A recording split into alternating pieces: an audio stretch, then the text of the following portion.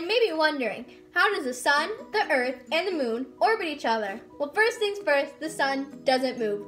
All the planets and their moons orbit around the sun. The earth takes 365.25 days to make one revolution around the sun, while the moon takes 28 days to make its revolution around the earth, while also showing all of its moon phases. Now, to sum up, the earth makes its revolution around the sun, while the moon makes its revolution around the earth. Make sense?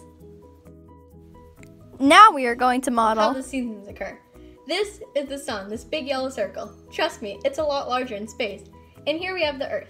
As it is making its revolution around the sun, it is tilted 23.5 degrees on its axis. Now here we have summer in the northern hemisphere. This means that the northern hemisphere is receiving the most amount of direct sunlight from the sun, meaning warmer temperatures. This is also an example of when solstice happens, meaning that there is longer days than nights. Transitioning from summer, we have fall, which is where we are right now.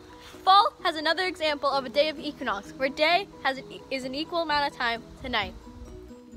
Just a side note, I don't know what happened to the audio in this part, but it does return to normal.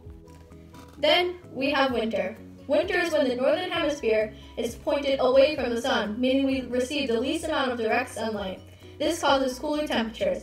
There is also another example of a solstice. However, it is now longer nights than days. Finally, we have spring, when we are transitioning from winter to summer. Spring is another example of a day of equinox, meaning we have equal day and night.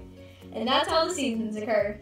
Ever make shadow puppets before? Well, this is almost like what happens when a lunar and solar eclipse occurs in space. When the sun, the earth, and the moon are aligned in certain ways, this is when they do happen. When the earth is casting a shadow onto the moon, this is an example of a lunar eclipse.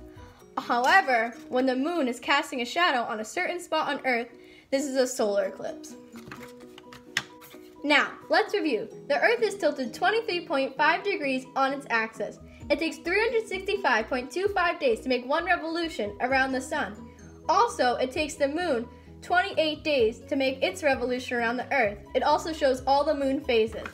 The seasons occur when the earth is making its revolution. There are 4 seasons: summer, fall, winter, spring.